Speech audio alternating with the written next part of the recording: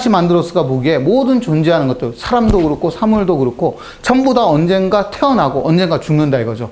그런데 태어나고 죽는 거는 소멸되어지고 생성되는 것이니까 얘네들은 있을 수도 있고 없을 수도 있는 것인데, 그런 있을 수도 있고 없을 수도 있는 게 아니라 이 우주가 우주로서 존재하려면은 뭔가 이 우주 자체가 애초에부터 끊임없이 존재하는 무엇인가가 있어야, 무엇인가여야 된다라고 얘기를 하는 거죠. 이것을 아페이온이라고 얘기하는 거예요. 그 아페이온은 뭐가 크기가 없어요. 왜냐면 크기가 있으면 그 크기 바깥은 아페이온이 아닌 거잖아요.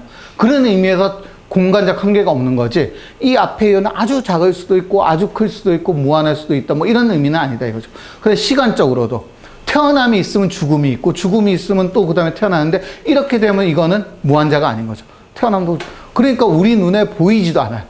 우리 눈에 보인다는 거는 보이지 않는 거를 예상. 이거는 꼭 뭐랑 비슷하냐면 그 파르메니데스의 논리랑 비슷하죠. 그래서 사실은 파르메니데스는 이 아나키만드로스의 영향을 굉장히 많이 받았다고 볼 수 있는 건데, 여기서 중요한 포인트는 그러니까 뭐냐면 우리 눈에 보이지 않는 곳에 뭔가 본질적인 게 있을 것이다 라고 생각한 최초의 사람일까? 라고 하는 거죠. 아나키만드로스가. 근데 사실은 이거는 뭐냐면 근원을 찾는 물음 중에서 굉장히 중요해요. 근데 이거를 우리가 뭐라고 다시 바꾸어서 현대적으로 얘기할 수 있냐면은, 그러니까 인식의 한계라는 걸로 바꿀 수도 있습니다. 우리 인간의 인식은 인식 자체가 한계가 있기 때문에 우리가 인식할 수 있는 거는 불완전한 것이다. 즉, 이렇게 얘기하면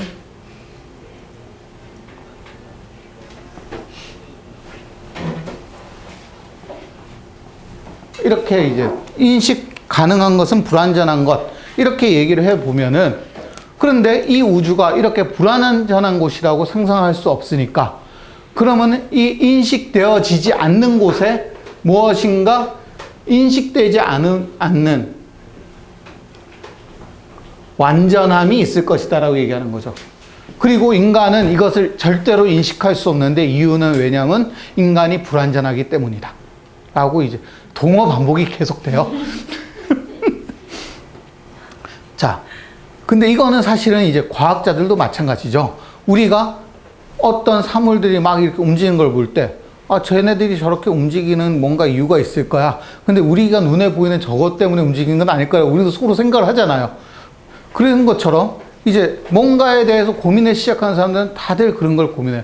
이 현상과 저 현상을 연결짓는 공통점이 뭘까? 이 현상과 저 현상의 공통적인 원인이 뭘까? 이걸 고민하게 되는데, 탈레스는 그래서 물이라고 처음에 얘기를 했는데, 이 물이라는 거는 우리 눈에 보이는 현상으로서는 의미가 있지만은 사실은 물 자체로 뭔가를 얘기하면은, 방금 물 말고 딴 것도 많은데 왜 하필 물이야 라고 얘기하는 것처럼, 여기서는 왜 물이야라는 것은 불도 마찬가지고 흙도 마찬가지죠.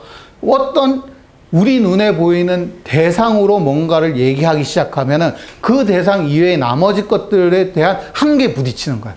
그렇기 때문에 이것을 극복하자면 눈에 보이지 않는 거를 얘기해 줘야 되는 거죠. 그래서 그거를 신조어를 만들어낸 거죠. 아까 얘기했던 거죠. 기존에 있는 용어로 안 되니까 조어를 써야 되는 거예요. 그래서 아페이온이라는 신조어를 만들어내요. 이런 의미에서 아나키만드로스는 철학과 과학의 역사에서 유구 이어져오는 양대 계보가 있어요. 철학에서도 마찬가지고 과학에서도 마찬가지인데, 이제 플라톤과 아리스토텔레스가 대립하는 것처럼, 그 다음에 과학에서는 나중에 누구랑 누구가 대립하는 이런 걸 가지고 뉴턴과 라이프니츠가 대립을 하고 에르스트 마하가 볼츠만과 대립을 하죠. 이런 것들처럼 이렇게 막 대립하는 계통이 있어요. 인식 가능한 대상으로부터 뭔가를 공부할 것이냐, 아니면 인식 가능하지 않은 뭔가가 있고 이걸로부터 이걸 할 거냐, 귀납적이냐 연합적이냐, 뭐 이런 것들을 가지고 계속 싸우는데, 철학도 그렇고 과학도 그렇고 이런 것의 시작을 이제 탈레스하고 아나키만드로스가 시작한 거다라고 볼 수 있을 거예요. 탈레스는 눈에 보이는 현상으로부터 뭔가를 설명하려고 했고, 아나키만드로스도 그렇다고 신을 도입했던 건 아니죠. 신을 도입하지 않지만 뭔가 이 현상을 움직이는 배후에 뭔가가 있을 것이다. 그것을 한번 꺼내보자 라고 얘기를 했던 거죠. 자, 그런데 이렇게 되면서 아나키만드로스는 자기는 의도하지 않았지만은 신의 맹아를 만든 거죠.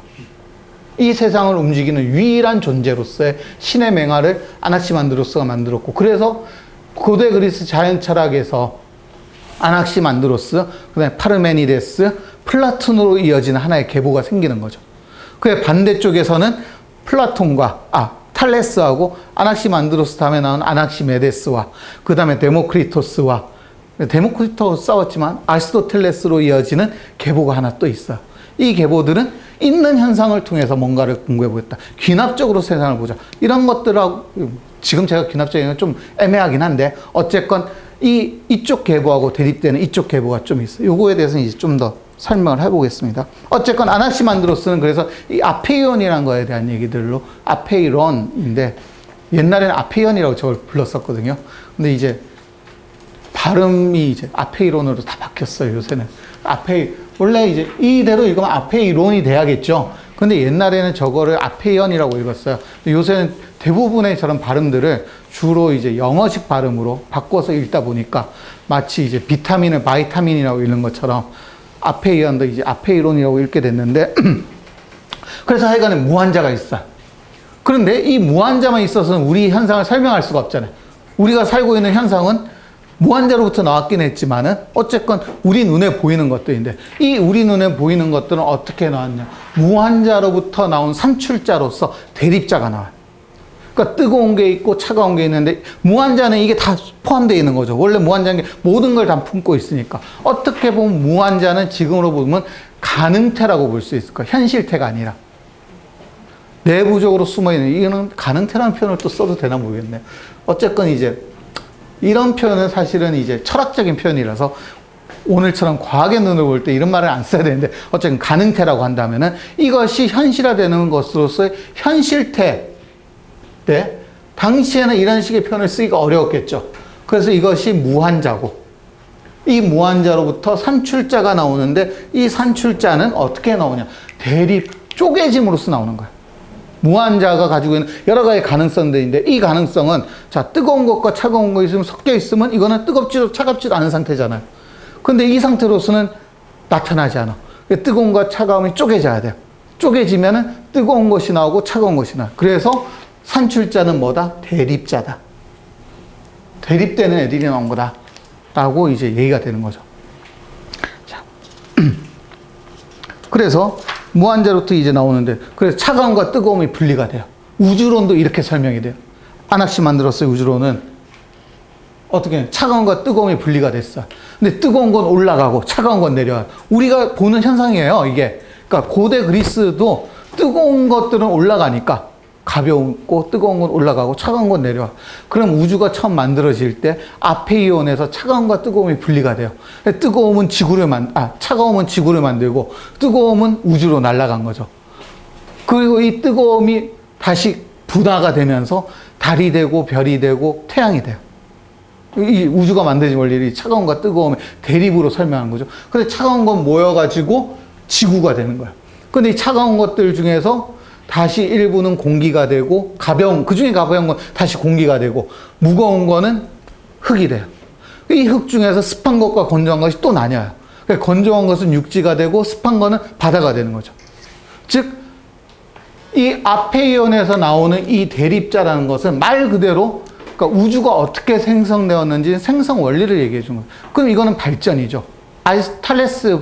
탈레스는 그냥 물에서부터 기원했다고 했지 그 구체적인 프로세스가 어떻게 되었는지를 설명하지 못했는데 아낙시만드로스는 그 구체적인 과정을 뭘로부터? 대립자가 대립되어지는 과정으로 설명을 하는 거죠. 즉 일종의 프로세스가 나오는데 그 프로세스의 원리를 대립으로 설명하는 거죠. 이 대립으로서 이 원리를 설명한 건 이후에도 계속 대립됩니다.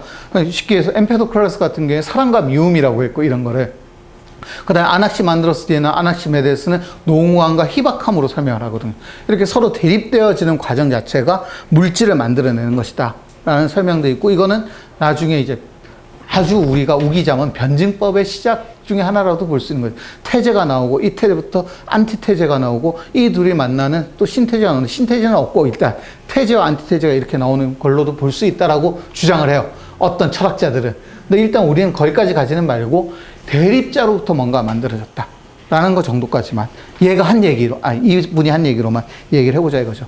그렇게 해서 이제 그러니까 자연스럽게 우주에 이제 뭐가 도냐면 태양과 별과 달이 돌아요. 그래서 이제 별은 제일 가까워서 지구 크기의 9배 정도 떨어져 있고 달은 지구 크기의 18배 정도 떨어져 있고 태양은 지구 크기의 27배 정도 떨어져 있다라고 얘기를 해요. 그러면서 27배 떨어져 있는데 왜 그렇게 보이냐? 원래 크기는 지구 크기랑 똑같은데 태양이 27배 떨어져 있기 때문에 그렇게 작게 보인다.